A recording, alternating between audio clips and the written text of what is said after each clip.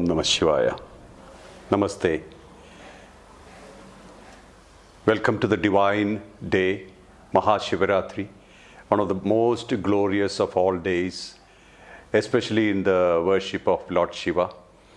When I say worship, it is more of a recognition or more of an understanding or even acknowledging the fact of something which is unknowable. We cannot know it. We cannot even think about it, or we can't even fathom it. It is so big. I say it because Shiva is definitely not a person.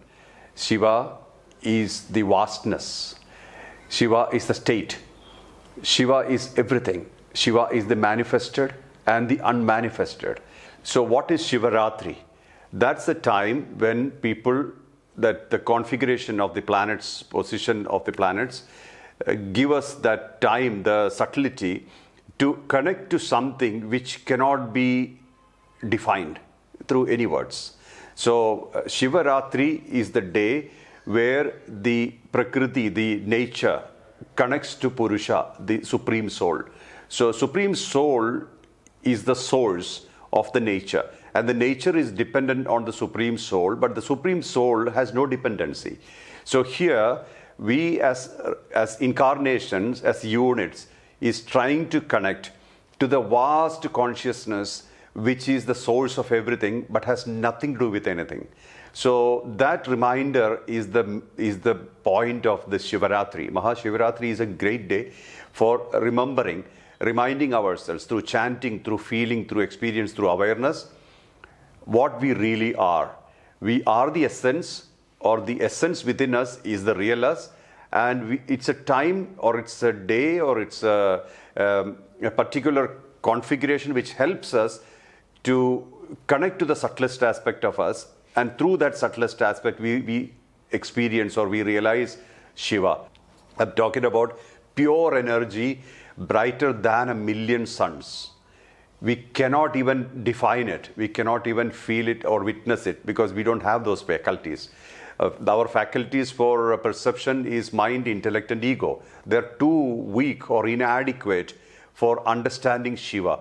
But at the same time, we have to use them to or bring them together as a unit. That is, mind, body, intellect, ego, and spirit should come together as one unit microcosm, to experience the macrocosm, the largest, the supreme consciousness.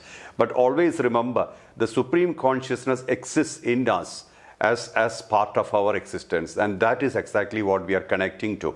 In summary, all you have to do during Shivaratri is to chant within Om Namah Shivaya or Om Hreem Namah Shivaya to balance the Shiva and Shakti, and concentrate on your heart center. Bring the energy there, focus on it, and you can do fasting, you can do Abhishek of Shiva Linga, pouring water over Shiva Linga with the chant, and you can go into deep meditation, penance.